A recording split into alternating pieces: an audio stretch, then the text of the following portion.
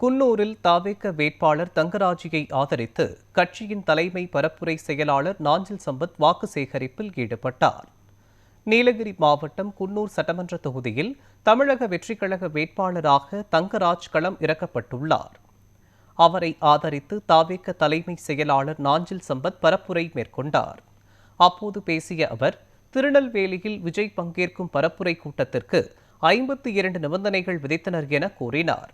மற்றவர்களுக்கு எந்த நிபந்தனையும் விதிப்பதில்லை என்ற அவர், நதிகள் நடக்க மறுத்தாலும் தமிழக வெற்றிக் கழகம் என்ற வெள்ளம் நிற்காது என கூறினார்.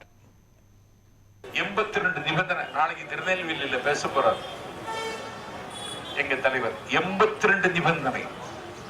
ஜனநாயகத்தின்பால் அக்கறை உள்ளவர்கள் குன்னூரில் இருந்தால் நாஞ்சில் சம்பத் கேட்கிறேன், உங்களுக்கு நிபந்தனை உண்டா? இல்ல. எங்க தலைவருக்கு 82 நிபந்தனை. விஜயமங்கலத்தில் தலைவர் பேசினார், 52 நிபந்தனை. என் பெருமைக்குரியவர்களே, சேலத்தில் பேசினார் 42 நிபந்தனை. வேலூரில் பேசினார் 32 நிபந்தனை. இன்றைக்கு காலை 11 மணி அளவில் கோத்தகிரியில் பேசிவிட்டு நாஞ்சில் சம்பத் குன்னூருக்கு வந்து கொண்டிருக்கிறேன். என்னுடைய கார் வழிமறிக்கப்பட்டு சோதனை செய்தார்கள். என் காரை தொடர்ந்து தம்பிமார்களிடத்தில் வராதீர்கள் என்று சொன்னாலும் இவர்கள் வந்தார்கள். இவர்கள் தோளில் கிடக்கிற துண்டையும் எடுத்து இவர்களை எச்சரித்து அனுப்புகிறார்கள். தோளில் துண்டு போடுவதற்கு கூட உரிமையற்றவர்களாக நாங்கள் இன்றைக்கு ஒடுக்கப்படுவோம். இந்த கொடுமை எந்த கோவிலில் போய் நான் சொல்வது? இது என்ன அநியாயம்? உங்கள் கூட்டத்திற்கு நிபந்தனை உண்டா?